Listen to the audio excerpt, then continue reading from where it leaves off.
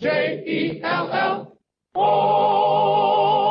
The Jell-O program, starring Jack Benny with Mary Livingston, Phil Harris, Kenny Baker, and yours truly, Don Wilson. The orchestra opens the program with This Is It.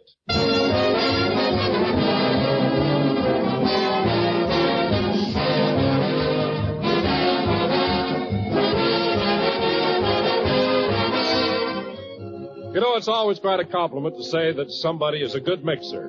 Well, that's just what Jell-O is, for Jell-O combines perfectly with every sort of fresh and canned fruit, and that's a swell idea for right now to brighten up wintertime menus. Perhaps a game mold of orange Jell-O with canned apricots inside.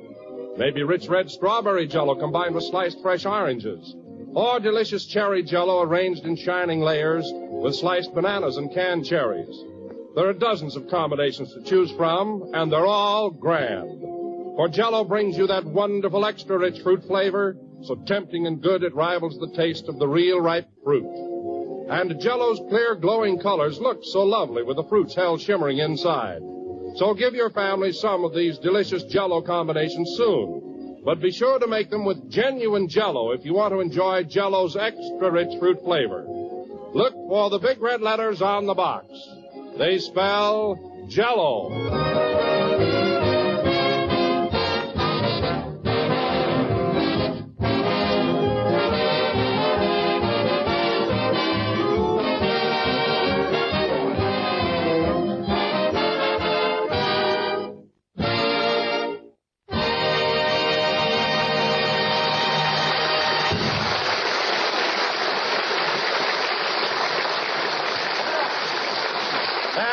This Is It, played by the orchestra. And now, ladies and gentlemen, we bring you a man who used to be a beautiful baby, Jack Benny.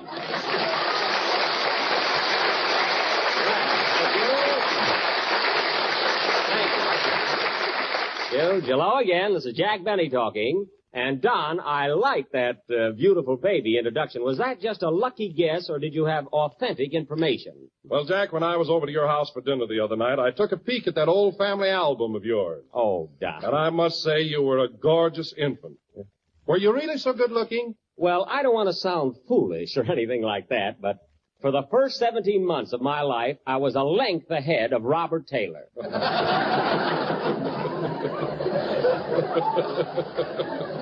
In fact, I won 4 blue diapers. I can imagine. And you know, Jack, one thing that impressed me very much about your baby pictures, you were always laughing and giggling. What made you so happy? Well, Don, my nurse used to slap me a lot. Say, I bet you were quite a healthy-looking kid yourself, weren't you? Well, Jack, Yeah, I can just see you as a baby, Don, bouncing your mother on your knee. Yeah. Well, anyway, I'd like to be a baby again. Gee, I really shouldn't keep talking like this, but, I was about the cutest little Dickens in Waukegan. In fact, people from all around used to come to my father's meat market just to see me. Meat market? Why, I thought your father ran a clothing store. Well, Don, it was a combination meat market and clothing store, On Saturdays, we used to have a special. A pound of hamburger with 2 pair of pants. Oh, it went over very big. Say, that's quite a novelty. A combination meat market and clothing store. Yeah, we used to sell legs of lamb with garters on them. Oh, those were the days, believe me. I remember one time when I was only... Hello, Jack. What are you talking about? Me? Oh, that again. See you later. Mary, come back here. It's not my fault. Don just happened to mention that he saw my family album and that I was a beautiful child. You beautiful? Yes, I was. Not only that, I developed very quickly. Why, when I was only 3 months old, I had 4 lovely teeth. Well, you're right back where you started from.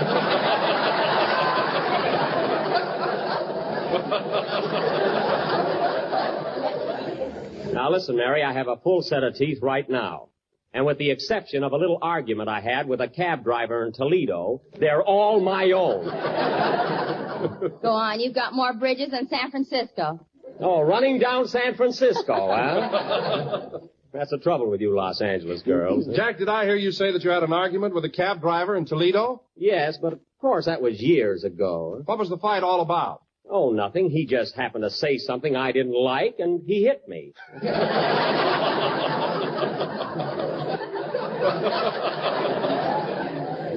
Otherwise, Toledo was lovely. Say, Don, when you were looking through that album, did you see the picture of Jack's uncle on the big white horse? Yes, I did. Yeah, that was my Uncle Beaumont. There you go. And did you see the tree in back with the rope dangling from it and that big crowd of men standing around?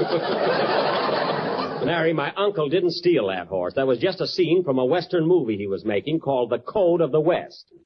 It wasn't a real hanging. What are you laughing at? Just the same. He never saw the preview. He did, too, and he was a fine actor. Say, Jack. Oh, hello, Kenny. I didn't see you. Oh, I was around here.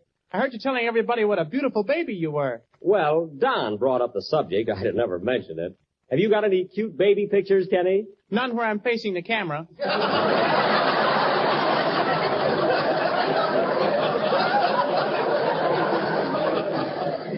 Oh.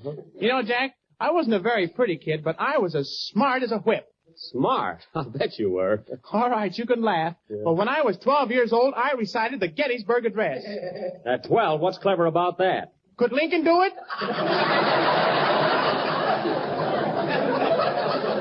All right, Kenny, we won't go into that. But if you were so smart at the age of 12, I'd like to know what happened to you in the meantime. So would I. Well, I'll tell you what, Kenny, since your song, sing your song now. We'll talk about it later. Hey, Don, where's Phil? Oh, he's around here somewhere. By the way, Jack, I don't know whether I ought to tell you this or not, but Phil's pretty sore about that crack you made last Sunday. What crack? Oh, you know, when you told him that if he didn't like it here, he could go out and get his own program. Oh, well, gee, Don, I was only kidding. I didn't mean anything by it. Well, Phil took it pretty seriously, and he said he's going to leave. Leave me? Why, I made the guy. Gee, when I picked him up, he was demonstrating curlers in a drugstore window.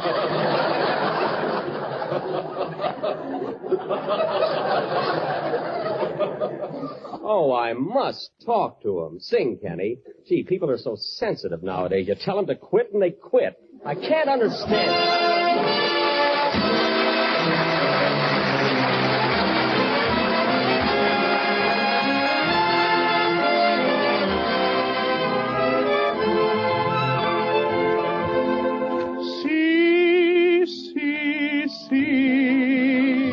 Hear a love song for a penny. See, see, see. Just a penny serenade.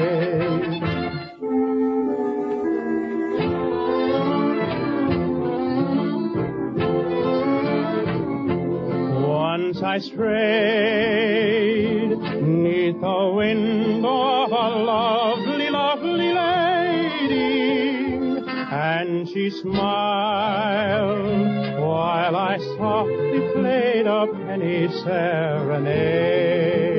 In her eyes shone the tender dawn of love and sweet surrender. As for me, in my heart I played a lover's serenade. See, see, see, you can hear it for a penny. See, see, see, just a penny serenade. See, see, see, hear my love song for a penny. See, see, see, just a penny serenade. In a dream so divine she was mine, no word had been spoken. When I woke from my dream, she was gone, my poor heart was broken.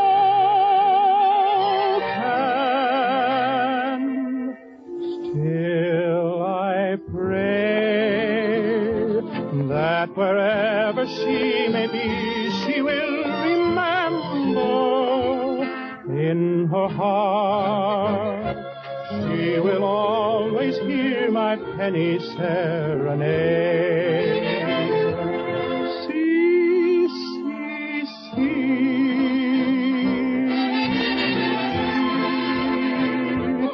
See, see, see.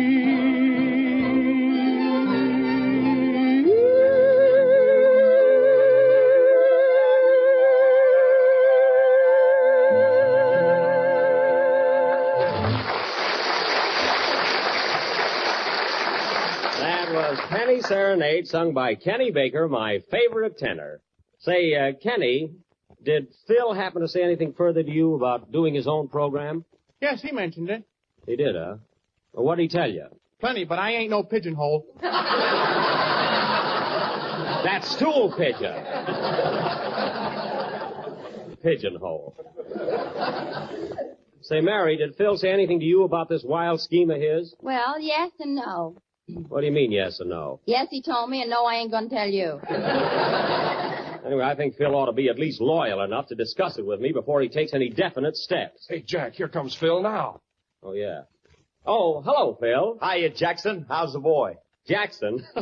You know, Phil, it's cute the way you call me that every week, you know.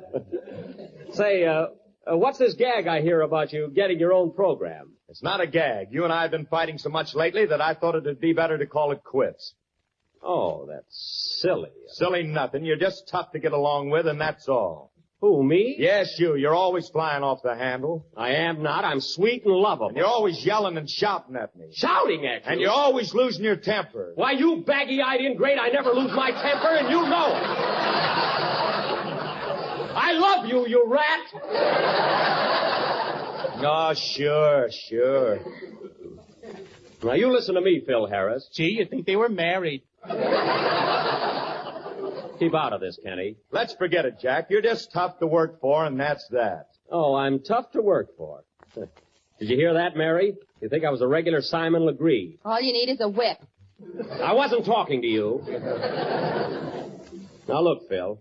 Look, I'm not begging you to stay on this program. And get up off your knees. I'm not on my knees, and I wish this was television so I could prove it. Look, Phil, I'm not begging you to stay, but if you leave, you're making a serious mistake. All right, Jack, give me one reason why I should stick with you. Just one reason. Well, in the first place... Go ahead, give me one reason. Well... Ladies and gentlemen, while Jack is thinking of one reason, why don't you run out to your nearest grocer and ask for a package of Jell-O? It comes in 6 delicious flavors: strawberry, raspberry, cherry, orange, lemon, and lime. Well, for one thing, Phil Harris... All right, come on. Why should I stick with you? Well, for one thing, we've got a contract. A fine contract. I supply the orchestra, and when people throw money at us, I have to split it with you. Well, how often does that happen? Maybe once in a fortnight. And another thing. Oh, Jack, what are you beefing about? If Phil wants to go, let him go. Certainly. You can get Abe Lyman to take his place. Oh, that would be fine. Abe Lyman happens to be the cab driver that punched me in Toledo. That's all I need. Jack, you know a lot about music. Now, why don't you form an orchestra of your own? Well, maybe I will.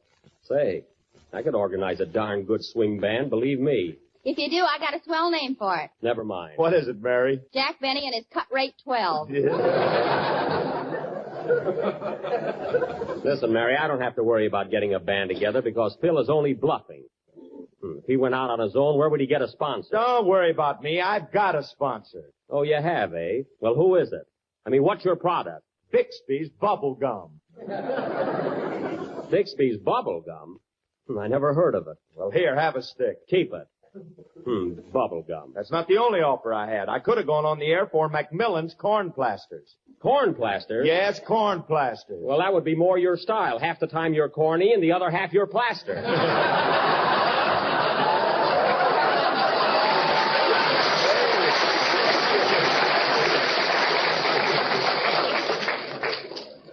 Anyway.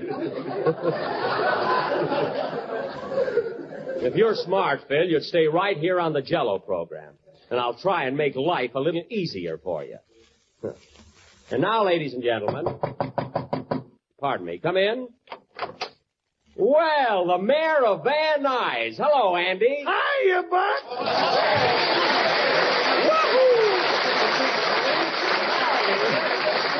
Well, Andy, it's nice seeing you. You don't get around here as often as you used to. Well, Buck, by the time I get through with the farm and the city hall and my love life, I'm pretty busy.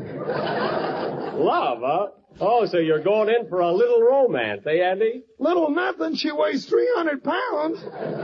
300 pounds? Why, you never told me about her before. Say, she ought to make a nice wife for Andy, huh, Mary? Yeah, he can hitch her to the plow. Well, Andy,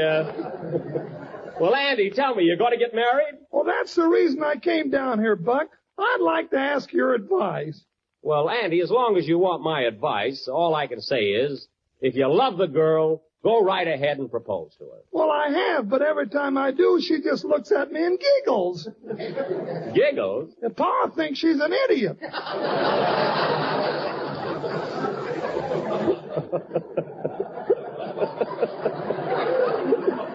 Oh, what does your Ma think? Ma said Pa's a fine one to talk.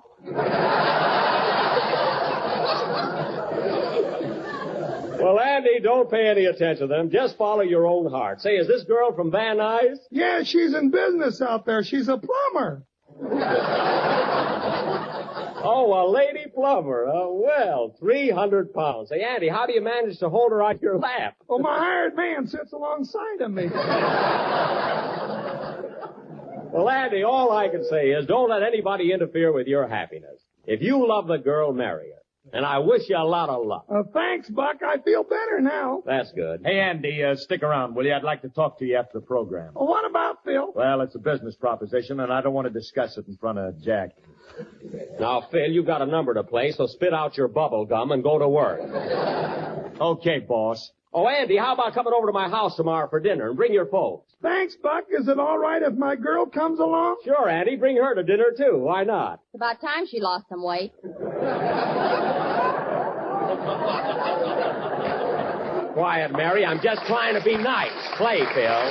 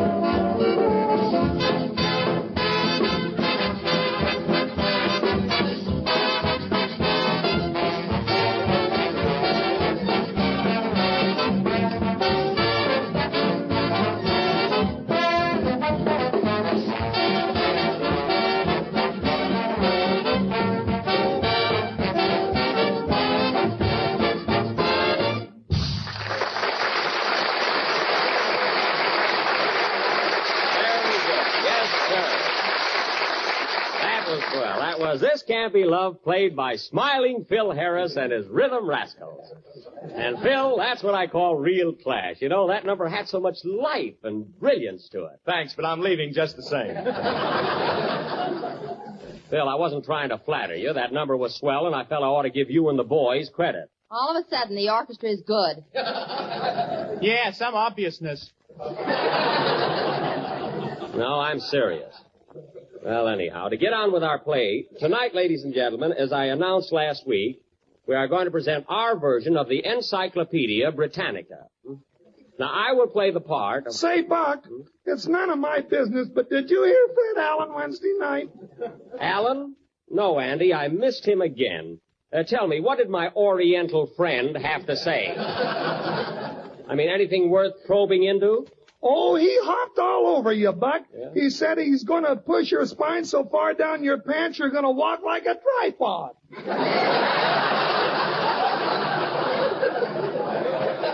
Ha, ha, and poof. No kidding, Jack. Fred make you look like a nickel. Listen, Mary, he couldn't make me look like a nickel if my father was a buffalo. He's nothing but a fake. Fake? Then how come he challenged you to a fight? That's a laugh. How can he fight? In the first place, he's terribly nearsighted. Nearsighted? Yes. I saw him at a party one night trying to make a date with a hall tree. I finally had to tell him that the umbrella stand was her little boy.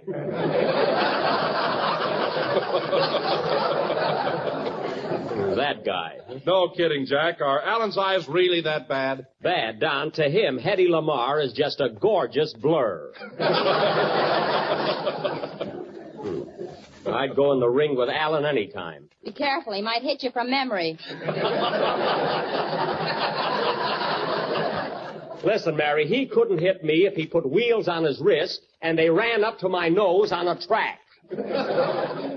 Now, listen, fellas. Come here a minute, will you? I got a secret about Alan that I've been guarding for years. I never was going to mention it, but I'm so burned up that tonight I'm going to show you what a heel he really is. What do you mean, Jack? Well, in the first place, he ought to be the last one in the world to ever say anything against me. Why? Well, because 12 years ago, when we were in vaudeville together, I saved Fred Allen's life. That's why. You saved his life? Yes. Now, let's forget it. I don't want to talk about it. Okay. Oh, no, you don't.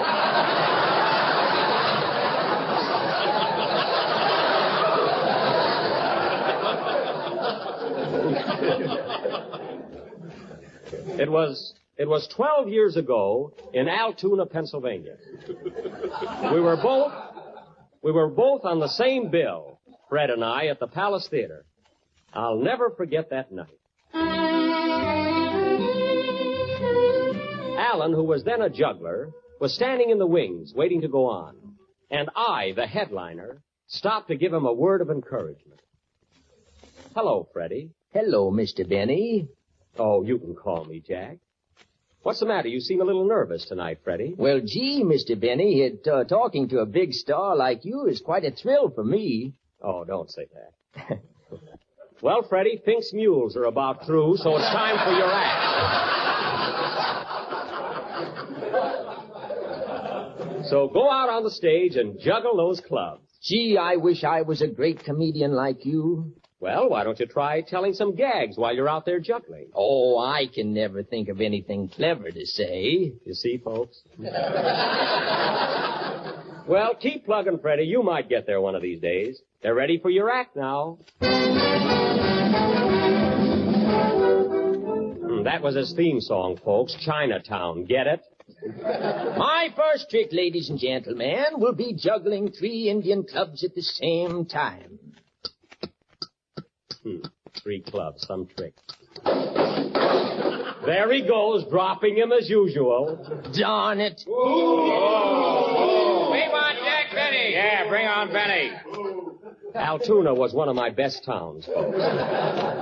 Gee, Alan is nervous. And now for my next trick, ladies and gentlemen. I will juggle 3 Indian clubs and a cannonball at the same time. Cannonball? I never saw him do this one before. Say, that's pretty good. Oh! Good heavens! The cannonball dropped on Alan's foot. He's hurt badly. Ring down the curtain. Stand back, everybody. Give him air. What happened, mister? Can't you see he dropped a cannonball on his foot? Oh! Don't worry, Freddie. I'll take you to the hospital at once. And you're gonna be all right.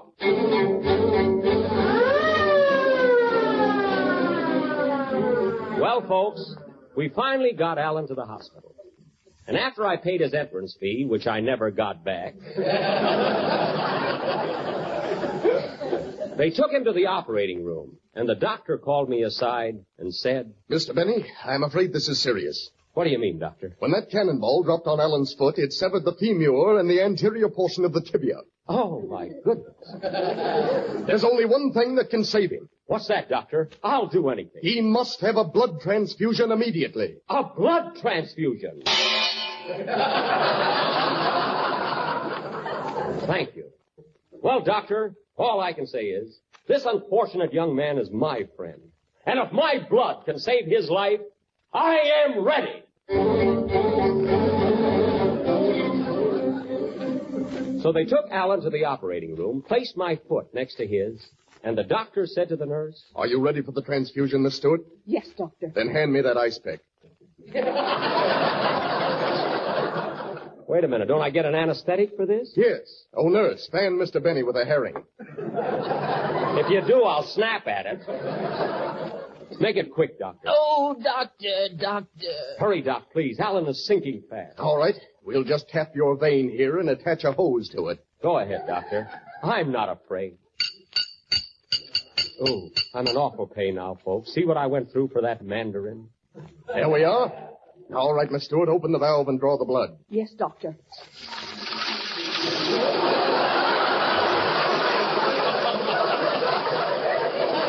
My goodness.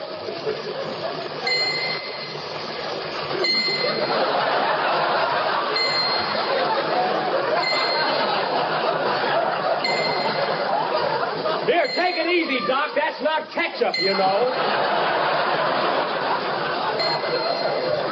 And don't forget to wipe my windshield. All right, Miss Stewart, that's enough. Enough? I look like a bottle of milk now.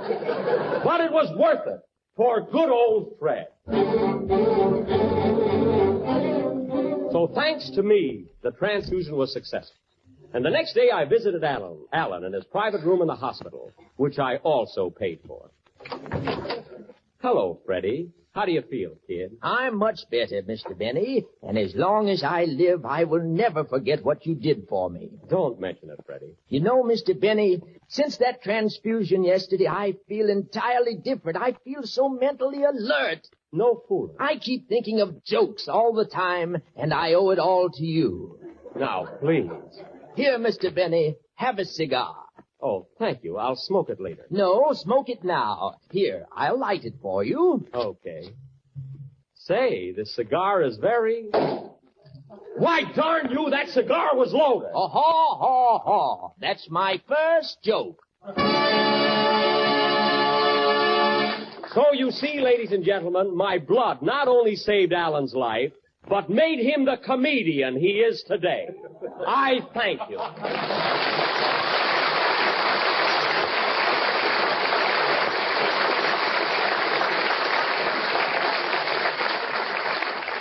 There you are, fellas. That little play shows what a heel Alan really is. Oh, Jack, I don't believe that big cannonball really fell on Alan's foot. Oh, you don't, eh? Well, for your information, young lady, he still buys his shoes from the same store as Donald Duck.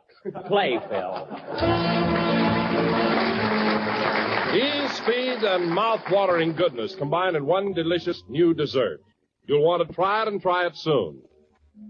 Jell-O chocolate pudding with that old-time homemade goodness. Yes, sir, it's every bit as good as the kind that Mother used to make. Rich, smooth as satin, and real chocolatey.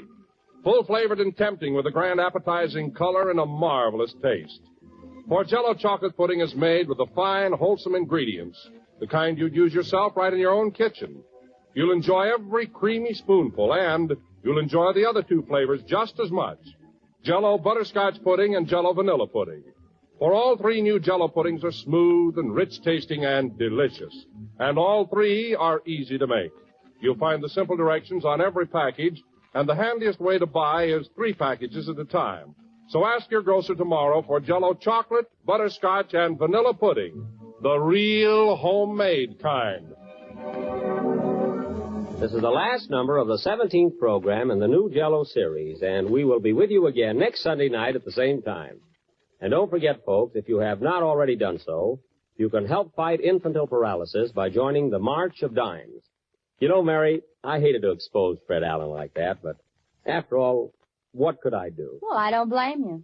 I'll tell you something else, Mary. I'm the kind of a guy that if Allen needed another transfusion, I'd be the first one to volunteer. Go on. You haven't any more blood than a piece of salt pork. Good night, folks.